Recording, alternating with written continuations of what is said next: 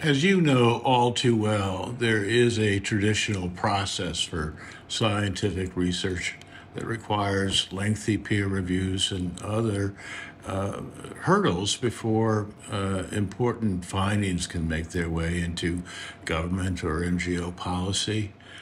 Do you believe that in the face of urgent threats such as sea level rising, there is a need for places like Horn Point to accelerate that process?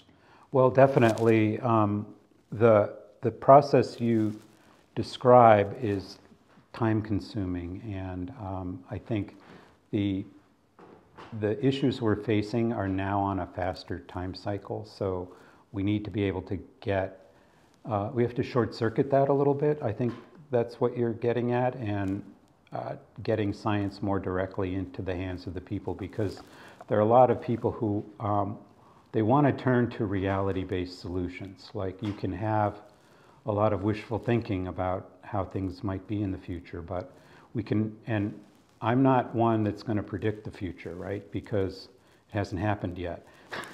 um, but I think we can learn a lot from what's happened recently and what we know about systems. And so we can make likelihood predictions about where things are going and how we can address those solutions. So Dorchester County is at the center of the third most endangered region for sea level rise, and after Louisiana and Florida, then comes the lower Chesapeake Bay, and that's partly due to both subsidence and the combination of the land going down and the water coming up. We know that sea level has risen a foot in the last 100 years, and that's a pretty fast rate. We expect that to be happening more. We are engaged in local issues. We have Cambridge City is online for, hopefully online for some funding for living shorelines and flood protection and stormwater retention. And Horn Point scientists are involved deeply into that project. So I think our neighbor, Blackwater Wildlife Refuge, I haven't had a chance to talk to people there, but they went through some trying of building the land up, and I think they've decided basically that they're going to have to allow the marsh to migrate in. And so they don't think there's any other solution other than preparing for the water coming up.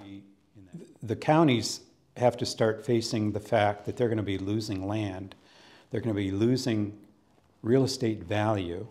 As I know we see it a lot more in Dorchester, but if houses can no longer be insured, then their market value drops and the tax base drops for the county. And that people are going to have to think about, how are we going to pay for schools, fire departments, and police if we're losing the base of our taxes to rising water. I mean, another major goal, and this is for many institutions, is improving diversity, equity, and inclusion. And the reason for that is that our scientific workforce is, if it becomes limited to old white men like me, then number one, the number of future scientists is getting smaller and smaller. Number two, people who are like-minded bring the same preconceived notions, biases, and assumptions to a problem, right?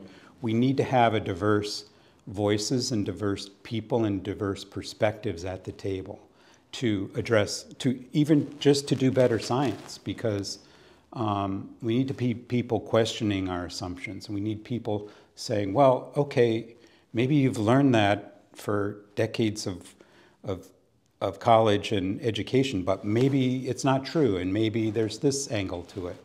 And I've seen science advance when those assumptions are questioned. You bring someone in who is naive, and they can have new ideas and new perspectives on how to do things, which is really important.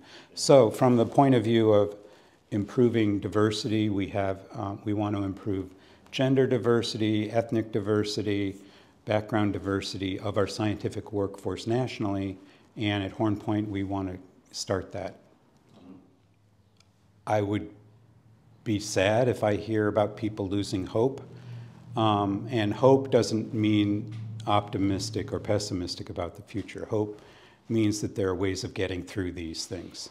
I'm really heartened by the explosion in electric vehicles. The current explosion in solar technology is happening faster than people thought.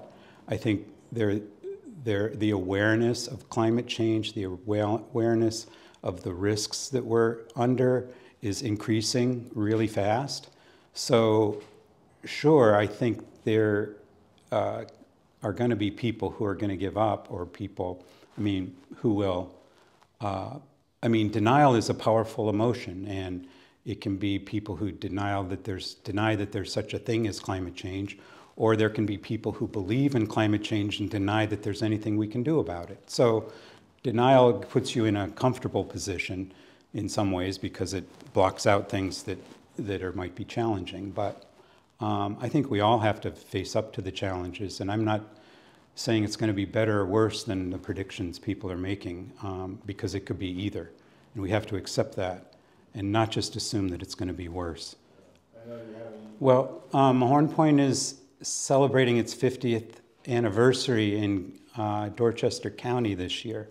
And so as a learning institution, we're taking advantage of that to think and learn more about our history in terms of the land we're on, the history of the property, the history of why Cambridge wanted a college at Horn Point, because they really did.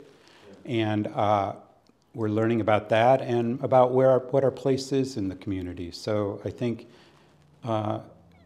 you'll be hearing more about us and what we're doing, I'm hoping.